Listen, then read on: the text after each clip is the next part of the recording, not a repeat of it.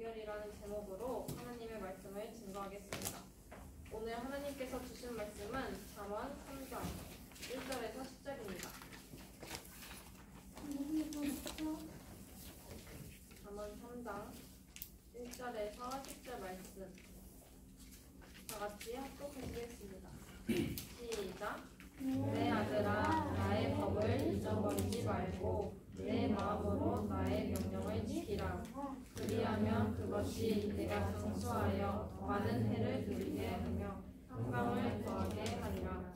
인자와 진리가 내게서 떠나지 말게 하고 그것을 내 목에 매며 내 마음판에 새기라. 그리하면 내가 하나님과 사람 앞에서 은총과 기중이 여김을 받으리라. 너는 마음을 다하여 여호와를 신뢰하고 내 명철을 의지하지 말라. 너는 범사의 그를 인정하라. 그리하면 내 길을 지도하시리라. 스스로 지혜롭게 여기지 말지어다. 여호와를 경외하며 악을 떠날지어다. 이것이 내 몸에 양약이 되어 내 골수를 윤택하게 하리라. 내 재물과 내 소산물의 처음 익은 열매로 여호와를 공경하라. 그리하면 내 창고가 가득히 차고 내 포도즙 틀에 새 포도즙이 넘치리라. 아멘. 오늘 본문 말씀을 통해 주님께서는 인생 성공 비결 5가지를 말씀하고 계십니다. 사람들은 누구나 잘 살려고 노력하고 열심을 냅니다. 많은 학생들이 성공하기 위해 공부하고 스펙도 쌓습니다. 직장인 중에서는 돈으로 어딘가에 투자를 하는 사람들도 있습니다. 그렇다고 해서 모든 사람들이 다 성공의 삶을 사는 것은 아닙니다. 성공을 위해 노력하면 그 사람들은 다 성공한 사람이 되어야 하는데 어떤 사람은 실패자가 되고 불행한 인생을 살게 됩니다. 왜냐하면 실패의 길을 걸어갔기 때문입니다. 성공하는 삶을 살기 위해서는 성공의 길을 걸어야 하고요. 행복하기 위해서는 행복의 길을 걸어야 합니다. 마태복음 7장 13절에서 14절 말씀 다 같이 합독하시겠습니다. 시작! 좁은 문으로 들어가라. 멸망으로 인도하는 문은 크고 그 길이 넓어 그리로 들어가는 자가 많고 생명으로 인도하는 문은 좁고 길이 협착하여 찾는 자가 적음이라. 신명기 8장 16절도 다 같이 합독하시겠습니다. 시작! 내 조상들도 알지 못하던 만나를 광야에서 내게 먹이셨나니 이는 다 너를 낮추시며 너를 시험하사 마침내 내게 복을 주려 하심이었느니라. 아멘. 우리는 미래를, 즉 마침내를 모르지만 그 마침내를 알려주셨습니다. 넓은 길, 편한 길은 마침내 무너지기 쉬운 모래 위의 집과 같은 것입니다. 비록 그 길이 좁고 어려워도 바른 길을 걸어가야 합니다. 신명기 30장 19절에서 20절 말씀 다 같이 합독하시겠습니다. 시작! 내가 오늘 하늘과 땅을 불러 너희에게 증거를 삼노라. 내가 생명과 사망과 복과 저주를 내 앞에 두었은즉 너와 내 자손이 살기 위하여 생명을 택하고 내 하나님 여호와를 사랑하고 그의 말씀을 청종하며 또 그를 의지하라. 그는 내 생명이시요 내 전수이시니 여호와께서 내 조상 아브라함과 이삭과 야곱에게 주리라고 맹세하신 땅에 내가 거주하리라. 하나님은 우리 앞에 생명과 사망, 복과 저주의 양갈래 길을 주시고 우리가 선택하게 하십니다. 우리는 복된 인생을 살기 위해서 생명과 복의 길을 선택하고 걸어가야 합니다. 그 길은 하나님을 사랑하고 하나님의 말씀을 잘 듣고 순종하며 의지하는 길입니다. 하나님은 내 인생의 왕으로 오셨습니다. 그분을 내 삶의 주인으로 고백하고 주님의 길을 걸어가야 합니다. 그렇다면 성공을 위한 주의 길은 무엇일까요? 오늘 본문 말씀은 주님의 길을 5가지로 말씀합니다. 첫째, 하나님의 말씀을 마음에 두고 지키는 것입니다. 잠언 3장 1절에서 2절 말씀 다 같이 합독하시겠습니다. 시작! 내 아들아, 나의 법을 잊어버리지 말고 내 마음으로 나의 명령을 지키라. 그리하면 그것이 내가 장수하여 많은 해를 누리게 하며 평강을 더하게 하리라. 아멘. 성경은 인생 사용 설명서입니다. 세상은 하나님의 말씀으로 창조되었습니다. 성경의 가장 첫 장인 창세기 1장을 보면 빛과 어둠부터 시작해서 짐승까지 하나님은 말씀으로 창조하셨습니다. 우리도 하나님의 숨결로 창조된 존재입니다. 창조하신 우리를 통해서 세상을 어떻게 살아가야 하는지 가르쳐 주신 것이 바로 성경입니다. 그래서 우리는 성경대로 살아야 하고 그것이 바른 길입니다. 그래서 성경은 다른 말로 하면 인생 사용 설명서가 되는 것입니다. 성경을 읽지 않고 내 인생을 산다라는 것은 크리스찬의 삶과는 매우 거리가 먼 정반대의 삶인 것입니다. 시편 139편 16절에서 17절 말씀 다 같이 합독하시겠습니다. 시작. 내 형질이 이루어지기 전에 주의 눈이 보셨으며 나를 위하여 정한 날이 하루도 되기 전에 주의 책에 다 기록이 되었나이다. 하나님이여 주의 생각이 내게 어찌 그리 보배로우신지요 그 수가 어찌 그리 많은지요. 아멘. 정말 놀라운 것 같습니다. 나의 형질이 이루어지기도 전에 주의 책에 나를 만드신 목적과 이유 그리고 내가 가야 할 길, 할 일이 다 기록되었다는 것입니다. 그래서 성경은 인생사용 설명서라는 것입니다. 성경은 복 있는 사람을 이렇게 말씀하고 있습니다. 요한계시록 1장 3절 말씀 다 같이 합독하시겠습니다. 시작. 이 예언의 말씀을 읽는 자와 듣는 자와 그 가운데에 기록한 것을 지키는 자는 복이 있나니 때가 가까우니라. 아멘. 말씀을 읽고 듣고 지키는 자가 복이 있다는 것입니다.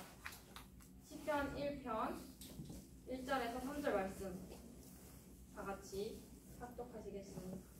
시작. 복 있는 사람은 악인들의 꾀를 따르지 아니하며 죄인들의 길에 서지 아니하며 오만한 자들의 자리에 앉지 아니하고 오직 여호와의 율법을 즐거워하여 그의 율법을 주야로 묵상하는도다. 그는 시냇가에 심은 나무가 철을 따라 열매를 맺으며 그의 잎사귀가 마르지 아니함 같으니 그가 하는 모든 일이 다 형통하리로다. 아멘. 복 있는 사람은 악인들의 꾀, 죄인들의 길, 오만한 자들의 자리에 들어서지 않습니다. 주야로 여호와의 율법을 즐거워하여 묵상합니다. 아침에는 창으로서 비전을 보고 저녁에는 거울로서 내 자신을 비춰봅니다. 이런 사람이 형통, 즉 모든 일에 좋은 성공을 합니다. 성공에는 나쁜 성공과 좋은 성공이 있습니다. 나쁜 성공은 일시적으로는 좋아 보이나 결국 불행으로 끌고 갑니다. 하지만 끝이 좋은 것이 좋은 성공입니다. 끝이 생명길로 닿도록 우리를 하나님께서 인도해 주십니다. 그렇게 말씀 읽고 듣고 지켜서 성경 전체의 지식을 알도록 힘쓰고 성경 전체의 지식을 갖고 살아가는 복이 있는 중고등생이 되길 축복합니다. 그 둘째, 사람들에게 사랑과 진실됨으로 교제를 맺는 것입니다. 잠언 3장 3절에서 4절 말씀 다 같이 합독하시겠습니다. 시작. 인자와 진리가 내게서 떠나지 말게 하고 그것을 내 목에 매며 내 마음판에 새기라. 그리하면 내가 하나님과 사람 앞에서 은총과 귀중히 여김을 받으리라. 인자와 진리를 마음에 새겨 교제를 맺을 때 은총과 귀중히 여김을 받게 됩니다. 사람의 실수를 용납하고 용서하고 자비한 마음으로 하나님께 맡기며 선으로 악을 이기는 삶이 하나님이 원하시는 길입니다.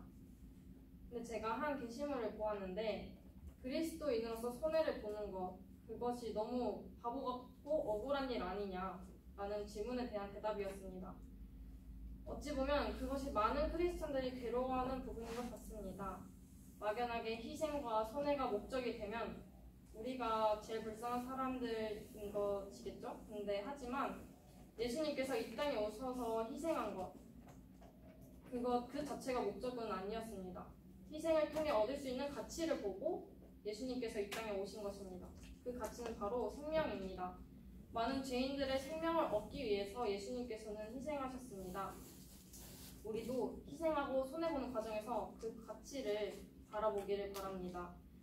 희생하고 손해보는 과정에서 우리는 하나님의 이름이 높아지고 한 영혼이 돌아오는 그 소망을 바라볼 때 기꺼이 그 희생과 손해가 가능합니다.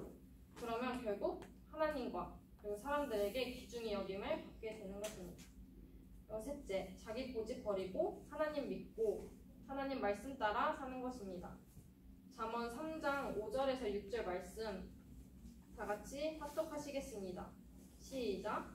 너는 마음을 다하여 여호와를 신뢰하고 내 명철을 의지하지 말라. 너는 범사의 그를 인정하라. 그리하면 내 길을 지도하시리라. 내 생각대로, 내가 원하는 대로, 내가 하던 대로 내 명철을 의지하던 것을 내려놓고 날마다 리딩 바이블을 하며 예배에 집중하는 것입니다. 그러면 하나님이 나의 길을 지도하셔서 언제나 성공하는 인생을 살게 하십니다. 그리고 넷째, 악한 습관, 말, 생각, 행동 버리는 건강한 삶을 사는 것입니다. 잠언 3장 7절에서 8절 말씀 다 같이 합독하시겠습니다. 시작. 스스로 지혜롭게 여기지 말지어다. 여호와를 경외하며 악을 떠날지어다. 이것이 내 몸의 양약이 되어 내 골수를 윤택하게 하리라. 아멘. 그리고 베드로전서 3장 10절 말씀 같이 합독하시겠습니다. 시작. 그러므로 생명을 사랑하고 좋은 날 보기를 원하는 자는 혀를 금하여 악한 말을 그치며 그 입술로 거짓말을 하지 말고. 내 몸은 내가 제일 잘 알아 하면서 함부로 사는 사람이 종종 있습니다. 사실 그런 나보다 더 나를 잘 아시는 주님이 계십니다. 악한 것을 내 안에서 내보내고 하나님의 도우심을 구하는 은혜가 있기를 바랍니다. 그리고 마지막으로 5번째, 하나님께 온전한 11조와 헌금을 기쁨으로 드리는 것입니다. 잠언 3장 9절에서 10절 말씀 다 같이 합독하시겠습니다. 시작. 내 재물과 내 소산물의 처음 익은 열매로 여호와를 공경하라. 그리하면 내 창고가 가득히 차고 내 포도주 틀에 새 포도즙이 넘치리라. 아멘. 헌금은 그냥 돈을 드리는 것이 아니라 나의 신앙을 드리는 것입니다. 모든 물질은 하나님께서 공급해 주시고 그것을 믿고 고백할 줄 알아야 합니다. 그런 신앙에 대한 표징으로 예물이 들어가는 것입니다. 수익의 10분의 1을 떼어 드리며 모든 것 공급해 주신 하나님께 이것들 중 나의 것은 없음을 고백하는 것입니다. 그것이 바로 헌금입니다. 그리고 또 기쁨으로 감사 헌금을 드리는 것입니다. 잠언 3장 16절에서 17절 말씀 다 같이 합독하시겠습니다. 시작. 그의 오른손에는 장수가 있고 그의 왼손에는 부귀가 있나니 그 길은 즐거운 길이요 그의 지름길은 다 평강이니라. 아멘. 하나님의 길을 걸어갈 때 즐거움이 있고 복이 있습니다. 이렇게 성공 비결 5가지를 쭉 알게 되었습니다. 당장 학생이신 분인 여러분들은 성공 비결을 몰라도 된다고 생각할지 모르지만 정말 이 말씀이 중고등학생 시기에 정말 중요한 말씀이라고 믿습니다. 중학생이 되면서부터 자기 정체성을 형성하는 데 많은 집중을 하게 됩니다. 그래서 소위 말하는 사춘기가 이때 시작되는 것인데요. 내 정체성을 형성하는데 그 가운데 말씀이 없고 하나님이 없다면 하나님 없는 정체성이 깨지기 쉽지 않고 앞서 말했던 생명과 사망 그리고 복과 저주의 그 양갈래 길에서 사망과 저주의 길을 선택하기 쉽습니다. 그리고 또 고등학생이 되고부터는 사회에 나갈 준비를 합니다. 제가 설교한 성공은 하나님의 성공이었지만 그와 다른 세상의 성공을 쫓는 삶과 가까워질 수도 있는 시기라는 것입니다. 세상의 성공이 나쁜 성공과 좋은 성공 중에 나쁜 성공입니다. 그래서 하나님의 말씀을 지키고 진실됨으로 교제하고 내 고집과 악한 것 버리고 온전한 11조와 헌금을 기쁨으로 드려 인생 성공하는 우리 중고등생이 되기를 예수님의 이름으로 축복합니다. 아멘.